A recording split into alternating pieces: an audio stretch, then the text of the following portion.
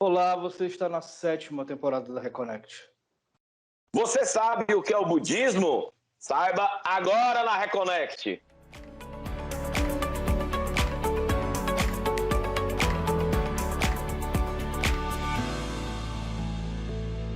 Olá, sejam todos muito bem-vindos, bem-vindas e bem-vindos. Você está na Reconnect, seu portal aberto para falar sobre espiritualidade para além da religião, aqui na TVC, canal 5.1 HD, afiliada à TV Cultura. Sem ele não tem Reconnect, o meu historiador preferido de plantão, Roberto Leão. Olá, Bernardo. Olá, galera reconectada. Sejam bem-vindos a mais uma busca para a nossa reconexão espiritual. 7ª temporada, mais um programa, temas incríveis. Sigam a gente no Instagram, se inscrevam no nosso canal do YouTube.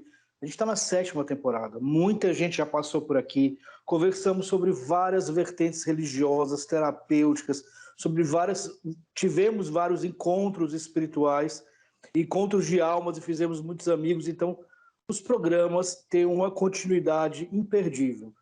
Segue a gente lá no YouTube, se inscreve no canal, assista os programas e se prepare aí no seu domingão para mais um programa maravilhoso da Reconnect sobre um tema que muitas pessoas já tinham perguntado para a gente chegou a dar uma passada nesse tema logo na primeira temporada, nós gravamos na primeira temporada, mas o programa foi ao ar na segunda, se não me engano, mas hoje a gente vai se aprofundar mais sobre um tema que é muito pedido pelos nossos telespectadores, pela nossa galera reconectada, né, Bernardo?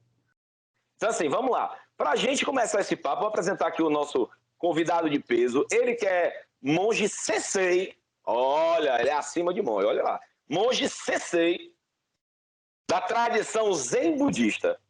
Hoje com a gente o monge Ryozan. Muito prazer em ter você aqui, Bem-vindo, monge.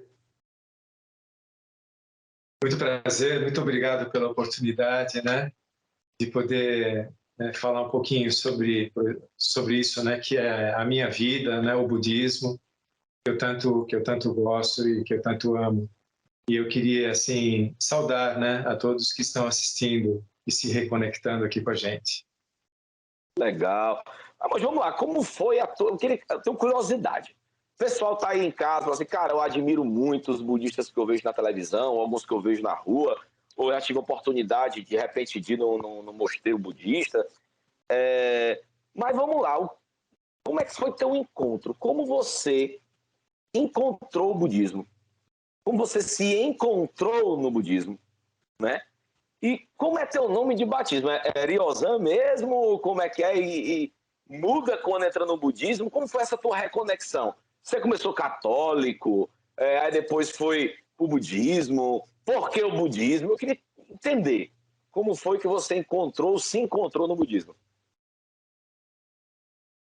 É interessante porque essa historinha, né, que eu vou contar, né, uma síntese, né, de tudo isso, talvez revele o quanto que a gente precisa confiar, ter fé, né, nesse universo tão misterioso que vai dando para a gente, engendrando, né, em toda essa rede, essa trama, as coisas que vão surgindo na nossa vida e nos recolocando, né, e nos fazendo realizar. Eu tenho certeza que vocês têm histórias extraordinárias do que levaram vocês, né, a introduzirem e iniciarem esse programa do Reconnect, né? E a mesma coisa com todos os seres, né? São misteriosas essas providências, né? Do universo com relação a tudo o que nos acontece, essa sincronicidade toda. Isso não é para entender, é para usufruir, né? Digamos assim. Então, aquela velha frase, né? O jargão, né? Desde que eu me conheço por gente, eu tenho interesse, eu tenho uma certa rebeldia, e talvez a rebeldia seja algo que me leve a inovar determinadas coisas e revolucionar determinadas coisas, né? A pessoa rebelde, ela está atenta, né, a sair um pouco fora desse esquema, né, tão do estabelecido, digamos assim. Meus 4 avós são italianos, toda a minha família são de italianos, e católico, apostólico, romano, estudei em colégios de padre, fui expulso de 3 colégios, né? Cara, quietinho. Era um demônio. Eu era um demônio, pai. Ainda bem que você não conheceu o Roberto no colégio. Eu era um santo. Eu era a pessoa que sofria bullying. Eu era ingênuo. Eu sempre sou até hoje uma pessoa. Sou uma vítima da sociedade. É mentira. Desculpa, Mariozão. Pode continuar.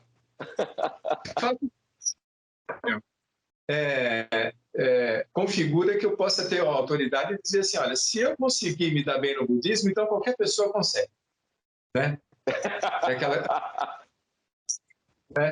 Não fica se martirizando porque você já fez coisas erradas e tudo mais, porque, olha, tá aqui um campeão de fazer coisa errada, né? É isso. E, bom, esse interesse meu, né, pela espiritualidade, pela religiosidade, eu sempre frequentei a minha vida inteira missa aos domingos, tudo, né? Toda a vida de um católico, de uma família totalmente católica. As coisas que me levaram a isso, eu sempre gostei muito de ler, de diversificar, né, as minhas leituras. Eu fiz o colegial no Mackenzie, em São Paulo, que tem a parte do colégio, a escola americana e também a faculdade. O meu histórico com o budismo tem um início lá que é muito curioso. Eu preciso contar essa história. A nossa professora de português, né, da minha turma, Maria Estela Garrafa Serra. E ela tinha uma fama, e ela mesma, né, sabia disso e contava isso, que ela nunca havia dado um 10 para nenhum aluno dela. Nunca havia dado um 10.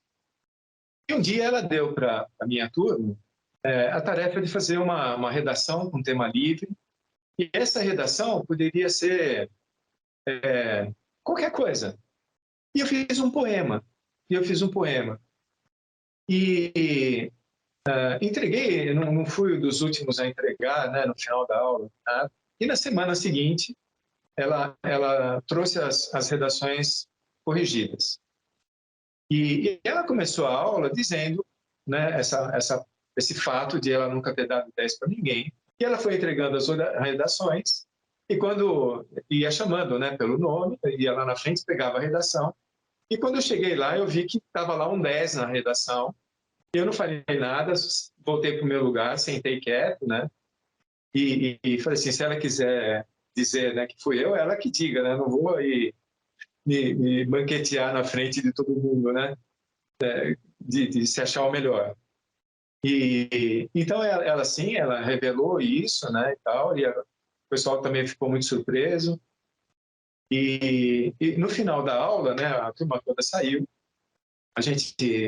A sala era do professor, né, e a gente ia mudando conforme a matéria, sabe, de salas. Então a turma toda saiu para ir para outra sala, e ela me segurou, me chamou, e ela falou assim, saiba que eu não estou dando um 10 para você só pela redação.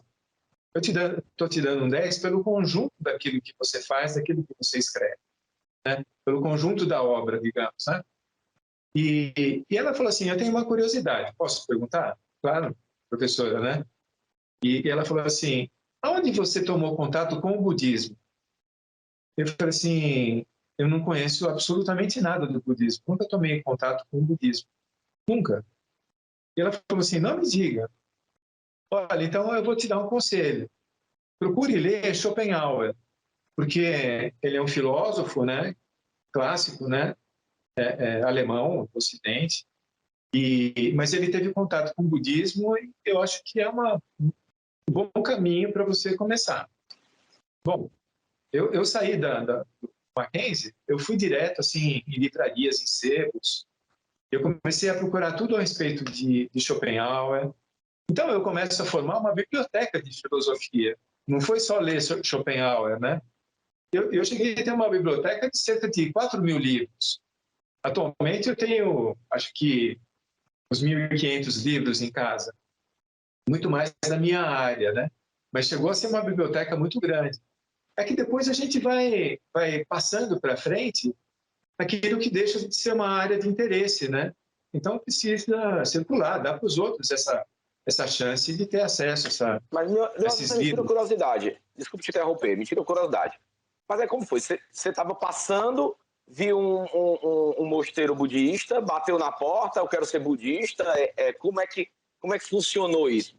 O pessoal até saber como é que funciona adentrar no budismo. Como é que funciona isso para você? Bom, primeiro, essa dedicação em termos de ser um autodidata do budismo, né? Essa apreciação do budismo como um autodidatismo. Mas eu sempre fui muito tímido, apesar de ser meio endiabrado, muito tímido, né? E eu não tinha coragem, por exemplo, para bater na porta do templo sede do budismo, né? Do Zen budismo em São Paulo. E meu principal interesse sempre foi o Zen budismo, a linhagem Zen, né, do budismo. E eu não tinha coragem de chegar num templo onde a maior parte das pessoas, se não todas as pessoas, eram japonesas, todas as cerimônias eram feitas em japonês, sem conhecer ninguém, né, sem uma apresentação. E nesses altos e baixos da vida, eu era um industrial. A minha família tinha uma indústria, né? E eu me tornei sócio dessa indústria. Então, minha vida sempre foi de muito trabalho, e de macacão, e de mão na graxa, com mecânica pesada, na fabricação de máquinas e tudo. Então, eu estava muito imbuído, né?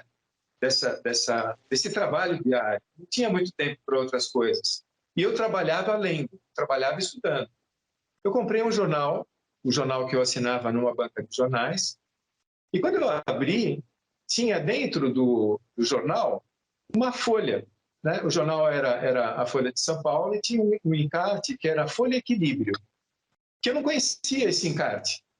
E aí, foi um dia de muito trabalho, eu não tive tempo, e no final do dia eu abri esse encarte e tinha uma reportagem, uma entrevista, que a entrevistada era a Monja Coen. E aí eu fiquei muito interessado, porque fiquei sabendo que existia essa monja brasileira, ela já estava há alguns anos no Brasil, e que transmitia os ensinamentos em português e fazia as cerimônias em português. Então eu falei assim, opa, pera, essa oportunidade eu não posso. Facilita muito, né? Isso. E ela estava convidando para uma atividade que ia ser feita no parque em São Paulo, no Parque da Aclimação, de uma caminhada zen. Eu fui até lá e tinha uma fila de pessoas, eu entrei na fila quando ela estava começando a andar, e aí veio uma pessoa toda vestida de preto, né, me ensinou como a postura de caminhar e como eu deveria ter a atitude mental daquela caminhada. E eu fiz a caminhada, e no final, aquela turma lá que chegou primeiro, com a monja, foi andando e saíram do parque. E aí tinha uma moça que estava distribuindo folhetos. E eu fui até a moça, eu estava de costas para ela, eu a chamei, e ela se voltou para mim e me deu um folheto, assim, né? Folheto que eu estava pedindo. E quando ela me viu, ela falou assim, nossa, Maurício, você, né, aqui? E era uma amiga que estudou comigo, na Palas Atena, que foi a casa, é uma escola de filosofia, que eu entrei nessa escola em função da filosofia, e também, lá, para minha surpresa, tinha religiões comparadas, e isso causou em mim uma abertura fantástica. Né? Monte, deixa eu aproveitar a sua fala, até para dar continuidade, a gente fazer um link aqui com as pessoas que querem entender o tema. O senhor falou muito sobre a questão da filosofia, né, do budismo, que meio que permeou a vida do senhor, é algo que lhe atraiu, que você se identificou através da filosofia budista, né, dos ensinamentos budistas, de autores que apreciavam o budismo. A gente vê hoje que o budismo está muito na moda, né, mas muito de pílulas, a cara dos tempos atuais, das redes sociais, pequenas frases, trechos, vídeos que cabem no story, vídeos que cabem no TikTok, então são coisas curtas ali. Mas o budismo, ele é muito mais do que uma filosofia, né? Ele é muito mais do que frases. Então, eu queria que o senhor explicasse, aproveitando aí a sua fala, você pode dar continuidade, mas explicando para a galera reconectada, o que de fato é o budismo. Sim. O budismo ele é uma religião e ela tem um cunho filosófico muito alto, muito grande, né? Ela tem uma base filosófica muito plena, né? E coerente. Agora, o budismo ele tem um diferencial, alguns diferenciais que são muito peculiares com relação às outras religiões. Talvez a grande peculiaridade do budismo é ser uma religião não teísta. Ela não é ateísta, ela é uma religião não teísta. Por quê? Porque o budismo ele não considera que exista uma entidade que seja a criadora de tudo afastada da sua obra. Pelo contrário, essa criação, esse grande mistério, ele está presente em cada coisa. E ele está totalmente presente em cada coisa. Alguns grandes exemplos, né? Quando a gente pega um filme holográfico, ele tem uma propriedade que é muito curiosa. Quando você projeta a luz sobre ele, ele projeta uma imagem tridimensional. Mas se a gente recorta aquele filme e para um tamanho menor, ou uma partezinha desse filme, e projeta a luz nele, ele vai formar a mesma imagem holográfica tridimensional, sem que falte nada nessa imagem. Existe um poeta, né, do sufismo, do islamismo, né, e dentro do islamismo e sufismo, que é o Rumi, ou Rumi, conforme vocês quiserem dar a pronúncia, né? E ele diz assim: nós não somos uma gota do oceano, nós somos o oceano em uma gota. Olha a comparação disso com o que diz, né, um dos fundadores da minha tradição, né, da Soto Zen, é o Zen budismo japonês, um mestre japonês que viveu lá em 1200 da era cristã. Ele diz assim, ele cita, a lua numa gota de orvalho. Você tem numa manhã orvalhada milhões de gotinhas de orvalho. E ele diz assim, em cada gotinha, em cada gota de orvalho, maior ou menor, todas elas refletem plenamente a lua. Essa ideia da lua, ela diz assim, nós, seres humanos, passamos por inúmeras fases, desde da lua nova até a lua cheia. E essa lua cheia é considerada um símbolo do despertar, da iluminação. Uhum. Então, deixa eu perguntar uma coisa para o senhor, só para a gente poder entender a parte prática. Porque assim, a gente parte do pressuposto que a galera reconectada tem interesse em diversas religiões, tem interesse em conhecer diversas religiões, mas cai muito ali no desconhecimento que é natural. Né? Ninguém é obrigado a conhecer todas as religiões, as pessoas têm curiosidade, têm um apreço filosófico também pelo budismo, mas tem as suas curiosidades ali, a gente está aqui para matar essa curiosidade da galera reconectada. O budismo, enquanto estrutura de religião, eu acho massa os vídeos da Monja Corrente, assisto os vídeos do senhor, acho muito legais, os ensinamentos budistas, acho muito bacana. Mas para eu entrar na religião, eu preciso abdicar das coisas da minha vida, eu sou obrigado, para ser um praticante do budismo, eu quero ir, frequentar, estar lá junto, eu tenho obrigatoriamente que sair da minha vida mundana, abdicar da minha família. Como é que funciona isso na prática? Absolutamente não é preciso, né? A gente diz assim, a vida comum é o caminho. A nossa atitude religiosa e a nossa religião se faz no dia a dia, na vivência do dia a dia. Há um diferencial, por exemplo, com relação a uma vida monástica, um monge e uma pessoa leiga. Mas a realização de uma pessoa leiga pode superar a realização espiritual de um monge. Nada é como um professor de matemática, né? Que ele pode ser um fenômeno, né? Em termos de pedagogia, de ensinar num cursinho, né? Para o vestibular, né? Uma fera, né? Na matéria dele. Mas pode ser que ele nunca ganhe nenhum prêmio, que não ganhe o prêmio Nobel, nem nada. mas um aluno dele pode ganhar o prêmio Nobel. A mesma coisa acontece com relação ao monge e à pessoa leiga.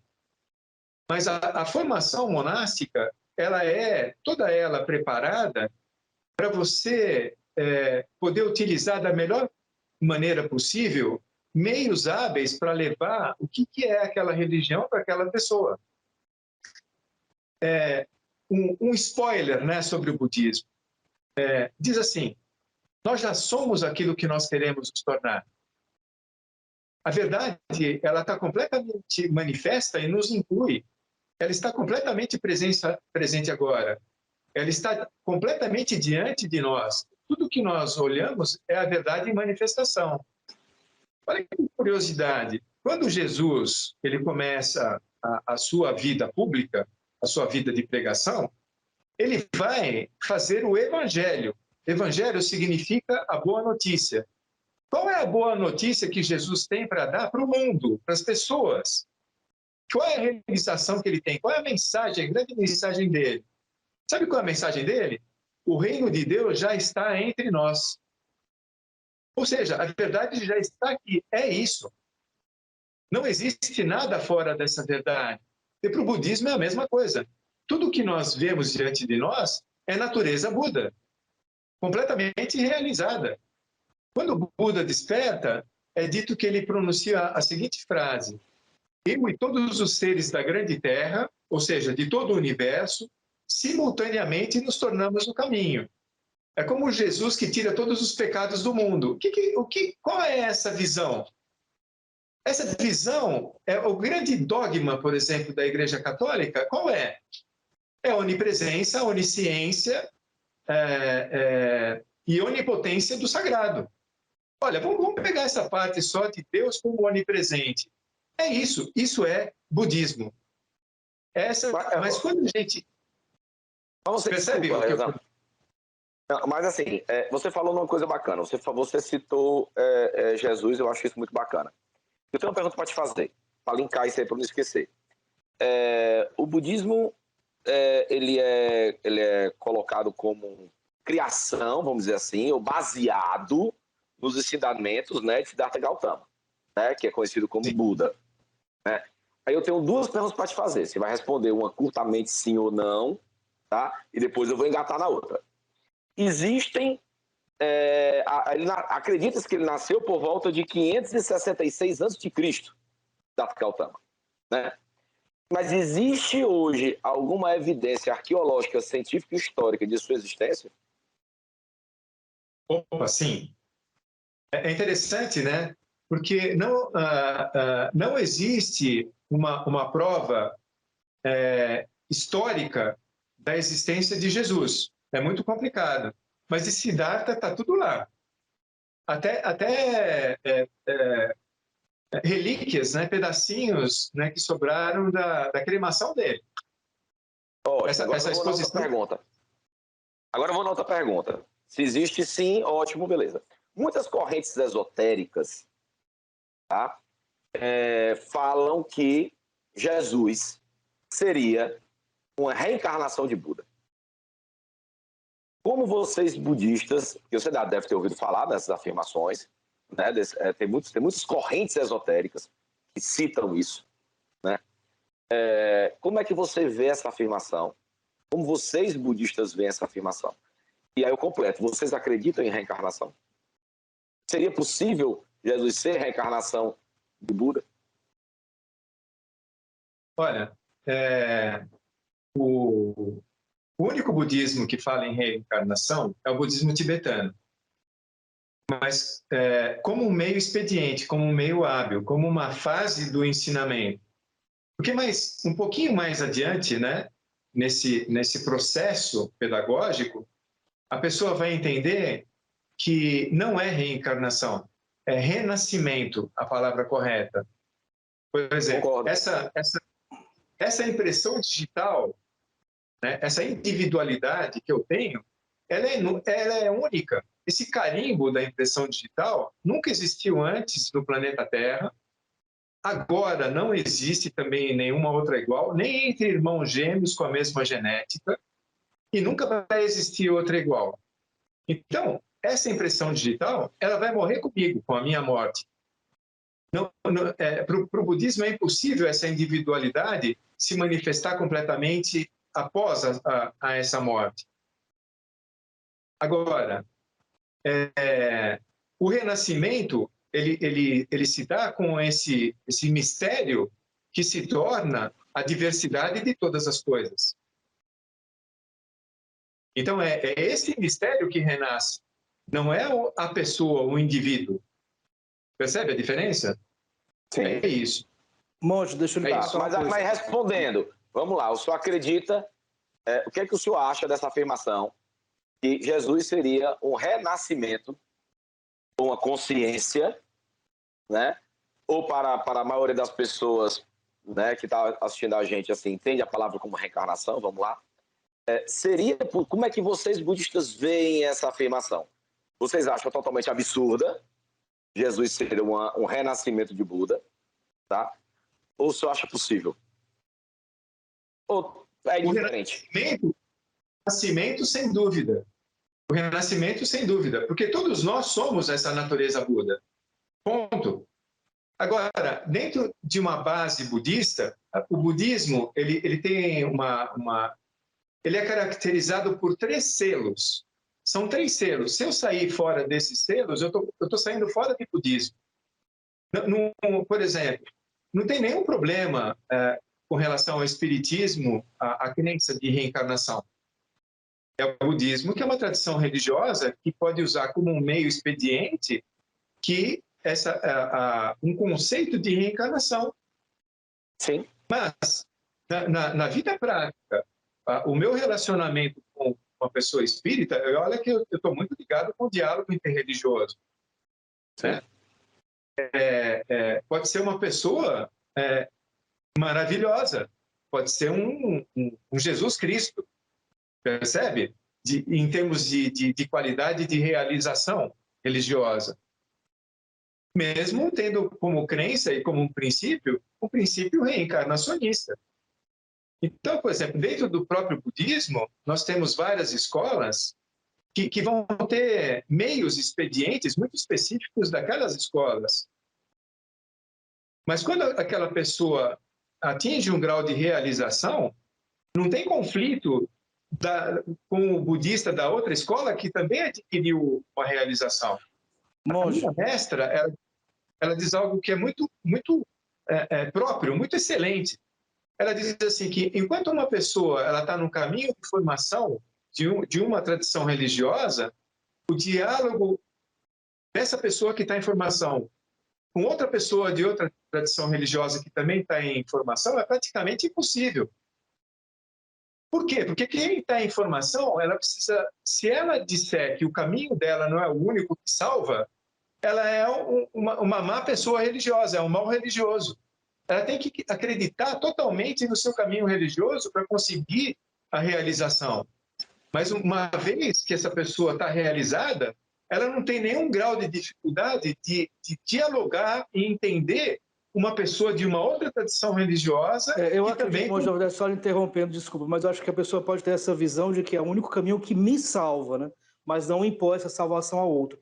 A gente vai falar sobre as vertentes budistas, enfim, as escolas, as tradições, mas uma coisa que é muito lugar comum, ou senso comum, em relação ao budismo, é a questão de que os monges, quando eles vão ali, chegam para alcançar ali o máximo da religião, estou falando de forma muito de fora, assim, como as pessoas imaginam, quem não conhece, né, imagina que seja o budismo. É um foco muito grande na elevação espiritual, numa filosofia de vida. Falamos de Jesus e a gente tem conversado com muitos dirigentes, pastores, candomblecistas, umbandistas, todos têm feito a meia-culpa em relação à questão de filosofia versus ação. O que é a doutrina filosófica se não tiver ação?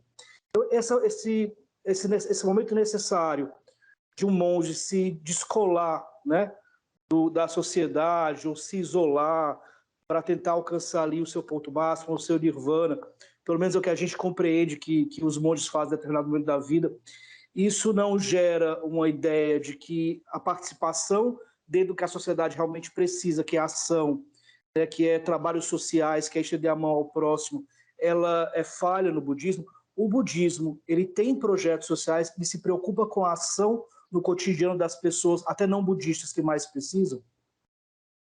Totalmente. Por exemplo, tudo é natureza Buda. Mas eu vou dar uma definição pessoal daquilo que é o estado de Buda, ok? Então, tudo é o estado de Buda, mas tudo é natureza Buda, mas dentro dessa natureza Buda, você pode ter um assassino, um estuprador, você pode ter uma pessoa má, você pode ter pessoas boas, você pode ter veneno, ou você pode ter um perfume. Tudo é natureza Buda, ok? Agora, no estado de Buda, o que é que essa pessoa vai apresentar? É um estado de adequação. Ela vai estar adequada para aquela situação e local. E ela vai ter uma plena aceitação de todas as circunstâncias da vida. Porque todas as circunstâncias da vida são nossos mestres. Esse reconhecimento de que até mesmo, né, as situações que são adversas tem muitas coisas para nos ensinar. As boas também, sem dúvida. Não é só o sofrimento que ensina, né? Os bons relacionamentos também. Tudo, na verdade, pode nos agregar coisas. Quando você está nesse estado de Buda, não existe algo que seja superior, inferior ou igual a você. Cada um tem a sua característica, a sua impressão digital, a sua individualidade. Mas o budismo, ele participa de projetos sociais, ele faz alguma coisa na prática para ajudar os menos favorecidos, as pessoas que mais precisam? Peraí, não responda agora. Acabou o primeiro bloco, voltamos já, não saiam daí. Voltamos, você está na sua reconexão semanal sobre espiritualidade, aqui hoje falando sobre budismo, com o Monge Sensei Ryozan. É sempre um prazer, na verdade, tê-lo aqui. Espero que seja o primeiro de muitas vezes que ele venha. Antes da gente ir para o intervalo, eu não vou me alongar muito aqui na abertura do segundo bloco, porque a nossa curiosidade, a minha e o Roberto aqui, a gente ficou ansioso para saber as respostas, que a gente mesmo tem curiosidade pessoal sobre o budismo, que a gente acha fantástico. Então, antes de ir para o intervalinho, o Roberto fez uma pergunta, eu gostaria que o Roberto refizesse, para o Sensei poder responder. Então, monge, eu tinha perguntado para o senhor em relação à questão prática do impacto do budismo na vida de quem mais necessita, fora a questão filosófica, né, dos mais necessitados, porque a religião ela tem muito disso, de ser uma forma das pessoas ajudarem também ao próximo, participarem de projetos sociais, alimentarem quem tem fome, estender a mão para quem precisa. O budismo, ele realiza coisas práticas que impactam no cotidiano, na vida de quem mais necessita? E o quê? Olha, 90% da minha atividade é feita em voluntariado. Muito da tradição, por exemplo, nos Estados Unidos, ela está voltada para hospices, né? São hospitais que cuidam só de pacientes terminais em cuidados paliativos. Olha que coisa louca, né? A atividade que eu tenho é um mentor espiritual de um hospital que cuida só de pacientes terminais em cuidados paliativos e de alta dependência física. Então, mas o budismo ele tem uma outra vertente, um outro modo também de ação no mundo. Nós somos uma pirâmide.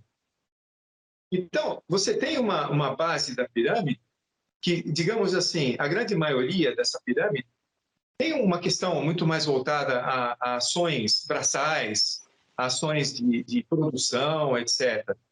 Mas se você não tem a pessoa que vai dar o norteamento para aquela pirâmide, ela está perdida.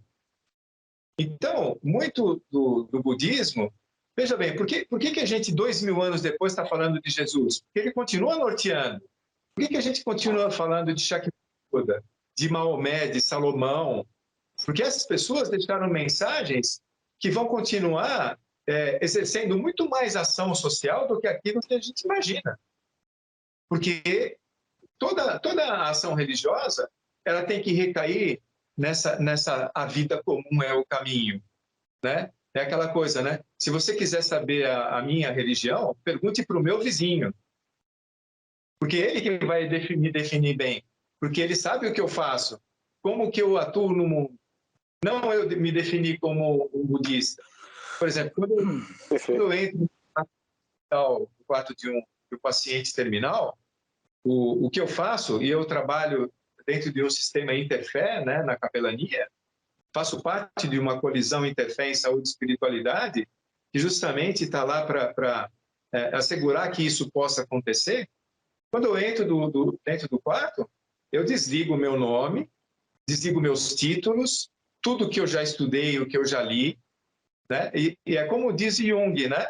O psicólogo.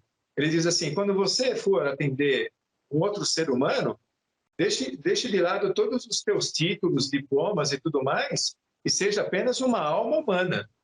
Então, eu não sei nunca o que vai acontecer lá, naquele encontro, naquele relacionamento.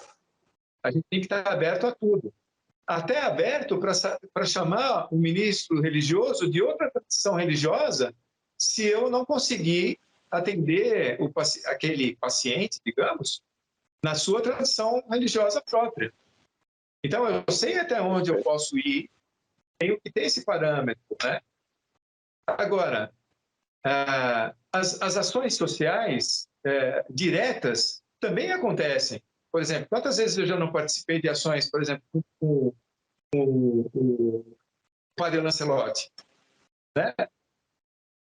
E assim, é um diálogo que flui. Uma coisa muito interessante para quem quer praticar o budismo. O budismo nunca faz essa pergunta, qual é a sua tradição religiosa? Não existe essa pergunta no budismo. O budismo não tem preconceito, ele tem acolhimento. Por isso o budismo ele é tão querido e bem visto. Não tem atrito com o budismo. O budismo ele não tem proselitismo para converter alguém para a sua fé. Por quê? Para ele tudo é Buda. Tudo que está diante de mim é Buda. Como é que eu vou converter isso? Outra pessoa? É ridículo. E o budismo tem uma questão primordial. Sabe qual é essa questão? Ela é muito importante, não é pouco importante. O budismo, ele traz para você, ele conduz cada pessoa para a sua autorrealização. Então, você vai mergulhar na tua interioridade para encontrar o sagrado e o fato da verdade. Como a verdade está em tudo, além de estar fora, externamente, toda essa diversidade, ela também está na nossa interioridade. Isso torna possível esse acesso profundo, a essa paz profunda que existe dentro de cada um de nós. E o que é visto lá nessa interioridade é algo que te dá uma certeza que você não precisa da resposta de um monge. Então, as pessoas vêm e falam assim, monge, existe vida após a morte? Existe reencarnação? Que tal você começar a praticar a meditação e você encontrar a resposta? O que é que adianta eu, como monge, responder para a pessoa, tem reencarnação ou não tem? A vida após a morte ou não tem? O que é que a pessoa vai fazer com uma resposta de sim ou não? Nada. Porque vai pintar a dúvida. Agora, se ela vê por si mesma o fato, a grande verdade, o fato que está relacionado com isso, ninguém mais precisa responder nada para ela. Ninguém mais, porque ela tem certeza absoluta que é fé. A fé é certeza absoluta. Não adianta, você não que convencer uma pessoa quando ela tem uma fé absoluta. Não uma crença absoluta, hein? Uma fé absoluta, tá bem? Monge, me diga uma coisa. Existe uma teoria, uma crença budista, que chama caminho do meio, né?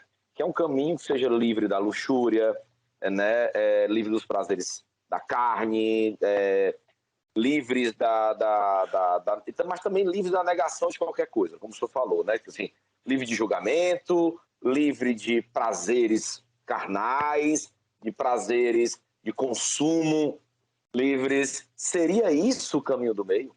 Ou seja, seria possível, na nossa consciência humana, estarmos totalmente alheios aos prazeres da carne?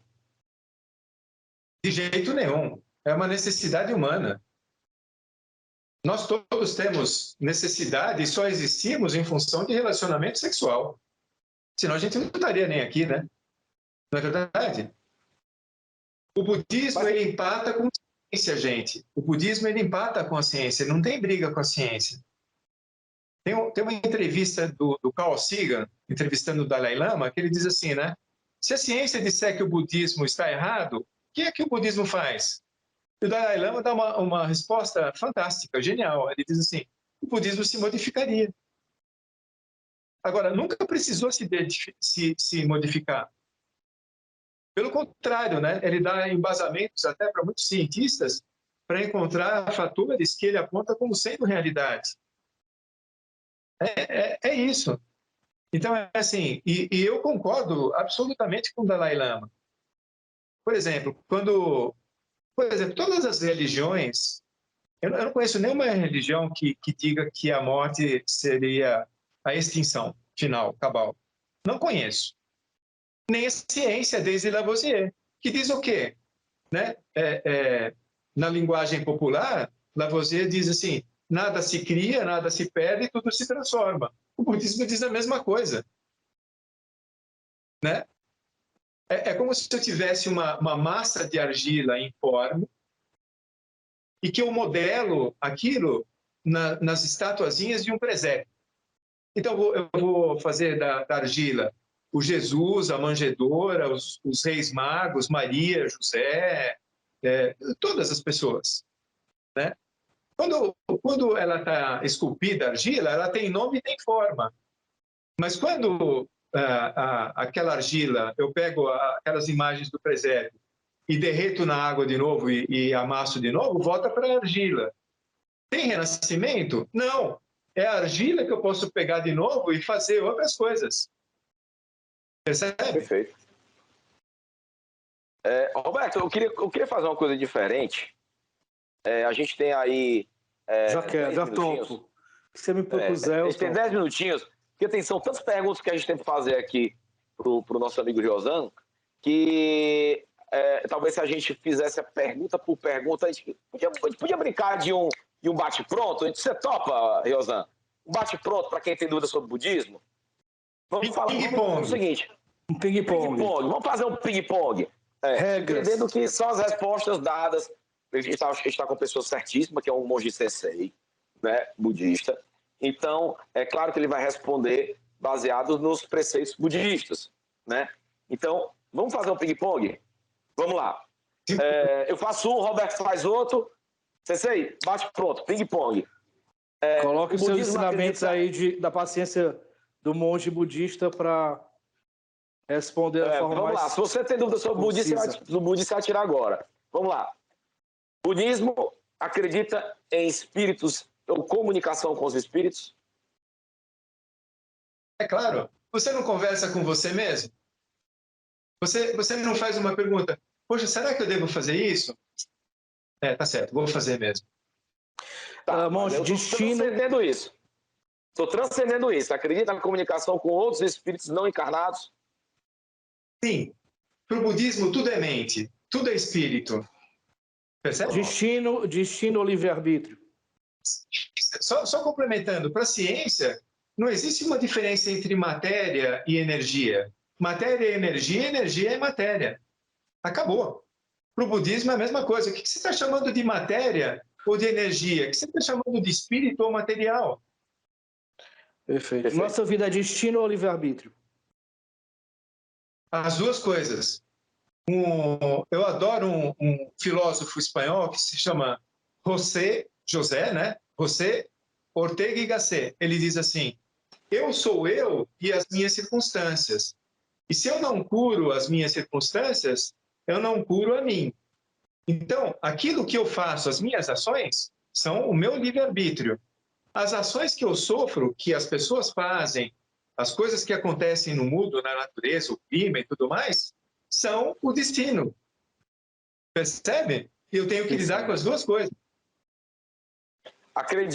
O budismo acredita em forças maléficas, como, por exemplo, demônios e inferno? A dualidade é o diabo, o que divide, aquilo que separa. Quando você está cindido, você está no estado diabólico. Você está numa dualidade. Né? A principal ilusão que a gente pode ter são os venenos, né? Os 3 venenos para o budismo. que é ganância, raiva e ignorância. E quem fecha esse pacotinho é a ignorância. Que ignorância é essa? É a falta de estudo? Não, não tem nada a ver com estudo. A pessoa que ela, por exemplo, que tem um conhecimento muito grande, pode ser que ela derrape mais e se lameie mais com esse conhecimento do que a pessoa que tem pouco conhecimento. Então, a sabedoria, ela não se opõe à falta de conhecimento. Tem pessoas sem nenhum conhecimento, pessoas que são, inclusive, mestres, né, que estão na nossa linhagem, na nossa ancestralidade, que eram analfabetas. Então, veja bem. Opa. Vamos lá que é ping-pong, senão a gente não vai fazer o ping-pong. Vamos lá. No budismo, existe a lei do retorno, aqui se faz, aqui se paga. Como é que vocês pensam em relação a isso? Sim, causas e consequências, a causa e o retorno, né, dessas causas, né, causas e circunstâncias, tá bem? É claro que sim, né? É a mesma coisa que uma lei física, né, de ação e reação. Mas o que o budismo diz é assim, que causa e efeito são um. Não existe uma causa isolada do efeito e nem o efeito que não vai causar outra causa. Causa e efeito são um. Por quê? Nós somos o caso único da única coisa que existe, que é tudo. É esse grande mistério. É o sagrado. Então, esse grande mistério, ela é tanto a causa quanto o efeito. E a própria ação entre eles. Josão, sucintamente a diferença de karma para dharma. Muito se falar, o Roberto é meu karma. Como se karma fosse uma coisa ruim e dharma fosse simplesmente uma coisa boa. Sucintamente, o que seria, aí eu vou ouvir a informação correta de uma fonte segura, o que é o karma? Karma significa ação. Ação. E o que vem após uma ação são os frutos dessa ação, os efeitos que ela provoca, tá certo? Então, por exemplo, eu quero voltar novamente naquela coisa, né, de livre-arbítrio e destino. Veja bem, eu posso estar indo viajar numa rodovia, na velocidade que manda a legislação, dirigindo de uma forma correta e segura, está tudo certinho, e um caminhão cruza a pista vai abalroar meu carro, eu posso perder até a vida. Quem é que domina isso? Ninguém. Mas veja bem, vamos lá, com relação a karma, a minha ação, se eu dirijo em zigue-zague a 300 por hora numa rodovia de 80, se eu não respeito o semáforo, meu amigo, eu estou causando, então vem a ação aí. Então, eu posso lidar também, não só no sentido de saber lidar com as circunstâncias que eu recebo, mas de evitar as consequências que eu produzo. Então, isso é muito importante, não é pouco importante. Mas karma significa ação, seja ela qual for. E ela dá ações, ela vai trazer as suas consequências. Agora, a gente dizer assim, um exemplo muito trivial e básico. O santo, o intermediário, o bandido, todo mundo vai morrer. Porque eles tiveram karma? Não. Porque a morte é a única certeza que a gente tem. Monge, deixa eu lhe perguntar uma coisa. É possível encontrar o Buda, a divindade, Deus, em tudo e no outro, sem antes a gente encontrar Buda, Deus, a divindade dentro da gente mesmo? Sim, porque existem vários caminhos para isso. Você pode ter um caminho de ter uma confiança absoluta nisso. Se você praticar isso, você se torna Buda. E se você se tornar um Buda, você também vai praticar isso. Percebe o caminho? Eles vão se encontrar. Por exemplo, tem tradições budistas que seguem como um meio expediente Tariki e outro Joriki. O Joriki é você confiar no poder interior, é um caminho de meditação na interioridade. E outro é de você cumprir preceitos budistas de mandamentos. Os dois vão se encontrar. Quando você se torna perfeito em uma dessas ações, eles vão se encontrar. Como todas as pessoas que obtiverem a realização do seu caminho espiritual vão se encontrar, não só dentro do budismo, através de outras tradições religiosas também, sem nenhuma dúvida. Dentro de Umbanda, de Candomblé, de tradição afro, de religiões teístas, de religiões não teístas, não importa o caminho, nós vamos nos encontrar. Tem um poeta do budismo que ele diz assim: na base da montanha, quantas possibilidades, mas quando cada um, através das suas possibilidades, trilhar o seu caminho, mais lento ou mais rápido, né, pela montanha, nós vamos nos encontrar no cume da montanha para apreciar a mesma lua. Perfeito, Okay? perfeito. Monge, gostaria de fazer aqui ao vivo um convite para a gente fazer um segundo episódio, né? Porque a gente ficou com muita... O nosso tempo estourou e eu acho que a gente... Talvez se a gente fizesse mais ping-pongs, a gente ia tirar a riqueza de vários tópicos que a gente deixou de falar. E eu já queria deixar esse convite aqui no ar, para o senhor voltar aqui no programa, o mais breve que o senhor puder, né? Para a gente dar uma continuidade, um 1 e 2, né? Que ficaram muitos tópicos, acho que tem muita gente com muita curiosidade ainda, e realmente as respostas são muito ricas, e a gente tentou fazer um ping-pong, mas o ping-pong eu acredito que tiramos algumas dúvidas mais, né, mais rápidas, mas eu acho que se a gente fizer mais ping-pong vai tirar a riqueza da informação. Então fica aqui o convite, se o senhor aceitar, depois a gente já deixa agendada uma parte 2. Sim, pode ser, já está previamente aceito, eu sempre vou aceitar isso. Isso faz parte da vida de um monge, que é se disponibilizar. O monge, ele está lá, né, para disponibilizar, para ter o cuidado com as pessoas que estão precisando, né? Tá bem? Então, eu estou sempre disponível. Perfeito. Monge, muito obrigado pela gentileza, muito obrigado. Foi, assim, a gente muda até um pouco da nossa vibe aqui, conversando com o senhor, adquirindo esse conhecimento. Muito obrigado por se disponibilizar em estar aqui novamente, por se disponibilizar em estar aqui hoje. Seja sempre muito bem-vindo. Foi um programa incrível. Então, fica o convite. Então, pessoal, só reconectado, fica aí de olho, porque a gente vai chamar aqui o Monge Iriozan de novo, tá? Porque a gente tentou fazer o bate-bola, mas eu fiquei pensando aqui, nossa, isso aí dava metade de um programa só nessa resposta, a gente está tirando talvez a riqueza dessa resposta. A gente não pode privar os nossos reconectados aí de ter aqui o Monge Sensei Iriozan aqui respondendo de uma forma mais completa, né? Peço desculpa ao senhor, realmente são 2 blocos de 25, então a gente é meio apressado, acelerado aqui no programa por conta disso, que a gente tenta dar o máximo de informação que a gente consegue em pouco tempo. Então, mas já fica o convite, já vamos marcar aqui nos bastidores, acabando esse programa, a gente já fala aqui um próximo episódio. Muito obrigado. Muito obrigado, Roberto. Muito obrigado, Roberto. E espero que você que está em casa, no domingão, sentado no seu sofá assistindo esse programa, tenha relaxado, né, e vai dormir pensando nas respostas no Monge Sensei Iriozan, que eu vou fazer isso nesse exato momento, né? Então, muito obrigado, Monge. Muito obrigado. Muito obrigado, Roberto. Muito obrigado a você. Um excelente domingo. Até a próxima semana. Até a próxima reconexão.